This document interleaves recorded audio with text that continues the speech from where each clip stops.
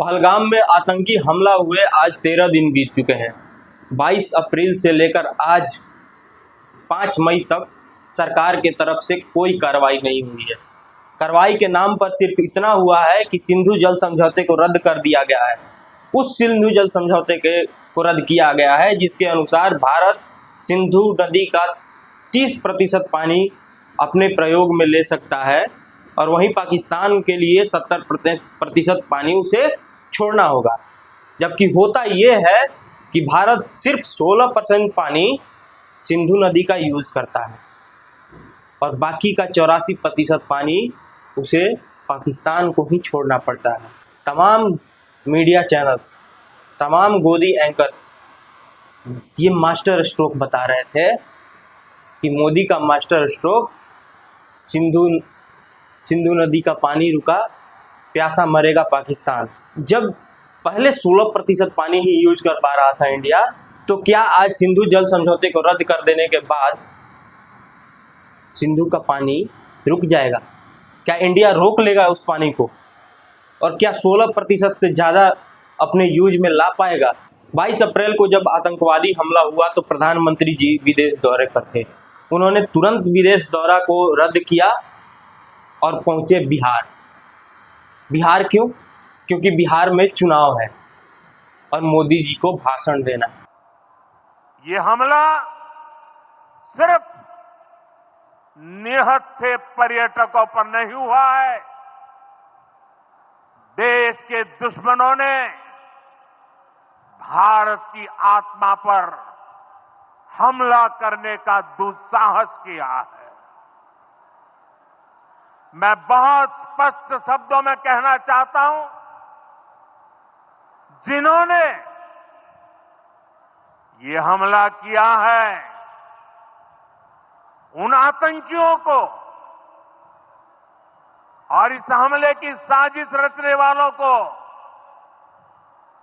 उनकी कल्पना से भी बड़ी सजा मिलेगी। भाषण इसलिए क्योंकि मोदी जी के भाषण के बिना चुनाव नहीं होंगे।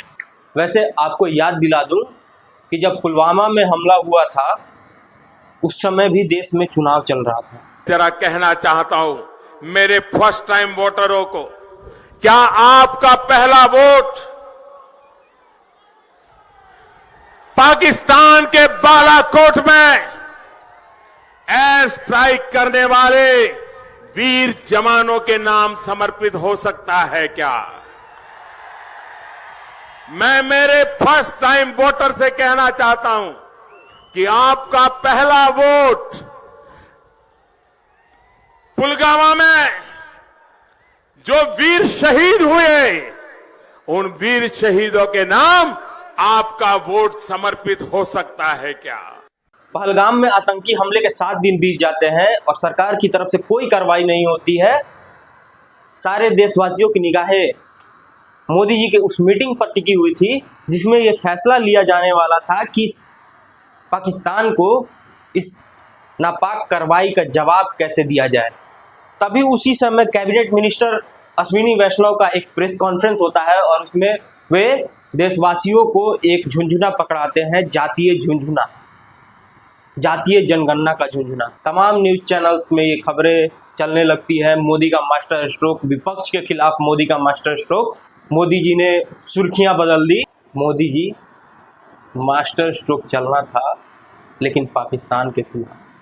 लेकिन आपने तो विपक्ष के खिलाफ ही मास्टर स्ट्रोक चल दिया, उस विपक्ष के खिलाफ जो आपके साथ खड़ा है उस आतंकवादी हमले के खिलाफ। वो आपसे कह रहा है कि हमारा फुल समर्थन है, आपको सरकार को हमारा फुल समर्थन है कि इस आतंकवादी हमले के खिलाफ कोई भी कार्रवाई करनी हो सरकार को हम फुल सपोर्ट करते हैं। मोदी जी मास्टर स्ट्रोक चलना था लेकिन पाकिस्तान के खिलाफ। इतना ही नहीं, मोदी जी 2 दिन बाद केरल जाते हैं।